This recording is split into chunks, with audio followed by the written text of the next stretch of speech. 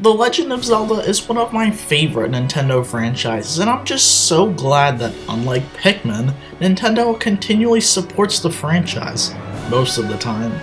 Yes, after Mario got an entire direct with a collection, Wii U port, Battle Royale minigame, Game & Watch system, and tons of apparel and merchandise, me and a lot of other Zelda fans couldn't wait for a Zelda Direct for its 35th anniversary, as they were just months apart.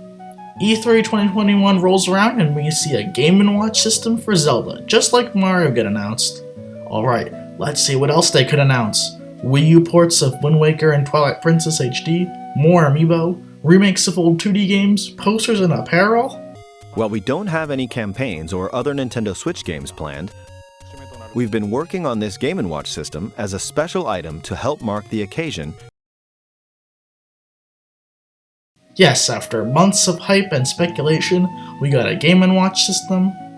That's it? I don't even know who buys these. I see the same 2 or 3 just rot at my local Best Buy every time I check if there's any amiibo in stock. Why do they love these so much? So if Nintendo won't celebrate Zelda's anniversary, I sure will. Here are my ideas for The Legend of Zelda's 35th anniversary. Enjoy!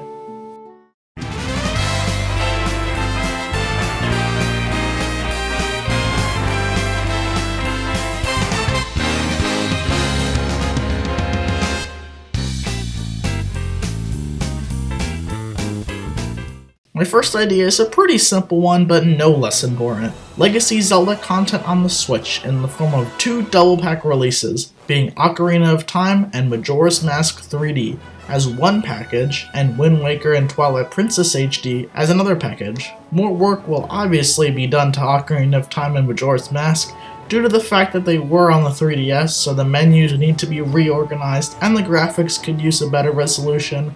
Wind Waker and Twilight Princess HD will have less done to them, except for the menu on the gamepad being relocated to just the button press. Both will retail for the usual $60, which I think is fair due to how long and meaty these games are with content. Overall, I think this would be nice to see, as many new Zelda fans who were hooked on the series from Breath of the Wild want to experience these classics for the first time without having to buy old consoles.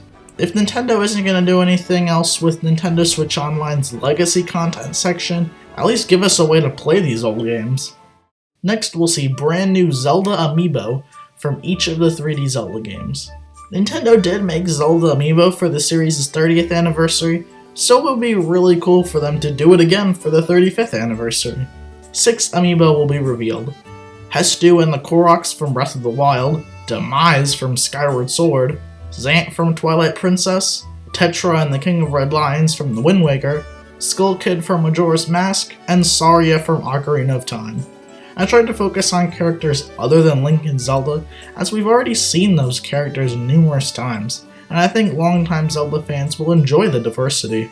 Each will retail for the normal $16, and hopefully Nintendo will do something to stop scalpers from swiping every amiibo the second they go on shelves, as it's just really frustrating to see a character you've always loved get a figure and they be sold out before you can even go to the website to pre-order them.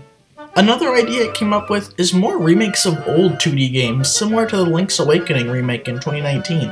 While I'm not the biggest fan of 2D Zelda, I really like the art style in the Link's Awakening remake, and I think it would be really interesting to see Nintendo remake games like Link to the Past, the Minish Cap, and the Oracle games in that toy art style. While I still believe that $60 is way too much, I think $40 is a much better price for these types of remakes. Overall, I really just want to see more of these remakes of older 2D Zelda games because they're just so stinking adorable. Music is a huge part of the Legend of Zelda franchise. Each game has an amazing soundtrack that perfectly fits its tone and art style.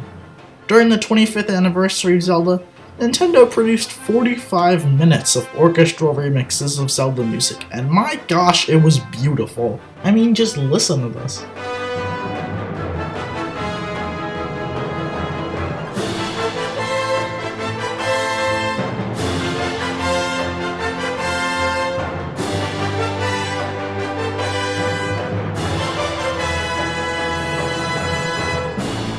I've even used parts of it in this video. Comment down below if you can find where I put the tracks. The soundtrack was made in 2011, right before the launch of Skyward Sword. With Skyward Sword and Breath of the Wild out now, it would be breathtaking to see another orchestral soundtrack with remixes from those two games. Zelda music is just so good, and I would kill for another soundtrack like this made by Nintendo. To wrap up this anniversary idea video thing, I feel like I have to talk about Breath of the Wild 2, which is possibly the most exciting game on the horizon for the Switch. The wait has been grueling, and even with the new trailer, there is still so much we don't know about this game. So instead of making a full-fledged story concept, I thought I'd list some ideas I hope are in the sequel. First of all, dungeons need to come back. I know Breath of the Wild tried to distance itself from the other Zelda games by not using a lot of main concepts of the series, but there came a point after playing Twilight Princess, Ocarina of Time, and Skyward Sword where I just started to miss them. It can't be that hard to just swap in dungeons for whatever the divine beasts are supposed to be. Dungeons are such a core part of the Zelda formula, and to see them just get thrown in the trash is such a missed opportunity, and something I really hope returns in the sequel.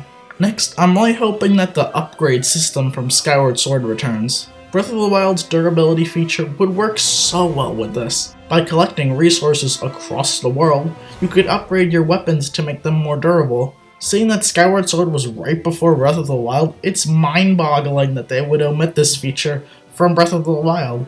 It was so fun and satisfying to upgrade your items, and one of my favorite features in Skyward Sword. It would completely fix the item durability controversy. This may sound weird, but a story would be so appreciated in Breath of the Wild too. Breath of the Wild had a story, kinda. It just felt like an afterthought, and yeah, I know it's hard to balance a big story with a big open world, but it would have been so nice to have something I could actually care about. When I first played Breath of the Wild, I said, yeah, that story was pretty good. And after playing Twilight Princess, I said, yeah, Breath of the Wild story was pretty bad. Bringing back lovable characters that give you motivation for what you're doing would be so good. Midna from Twilight Princess, Zelda from Skyward Sword, both of these characters are leagues better than anyone in Breath of the Wild story. Except for Hestu, he is a literal god.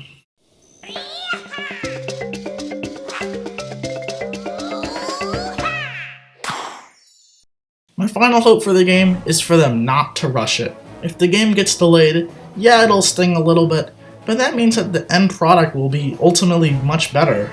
Look at Pokemon Sword and Shield. The game was rushed to meet a deadline, and it looks like an N64 game. I just want the Zelda team to take their time and make this the ultimate Zelda experience. If they can find a way to merge the concepts from the past Zeldas, like the dungeons, a more involved story, and more in-depth characters, with the open world and freedom from Breath of the Wild, we could have the greatest Zelda game, heck, one of the greatest games in general of all time on our hands. The Legend of Zelda's anniversary has been kinda disappointing to say the least. GameStop did something more interesting than Nintendo, for crying out loud, by selling these cool posters. Even though it's disappointing, it is fun to speculate, and I hope you've enjoyed watching me list some ideas for Zelda's 35th anniversary. The Legend of Zelda is one of my favorite Nintendo franchises, and it's just fun to talk about. Thanks for watching, don't forget to like and subscribe. Potato Sensei, out.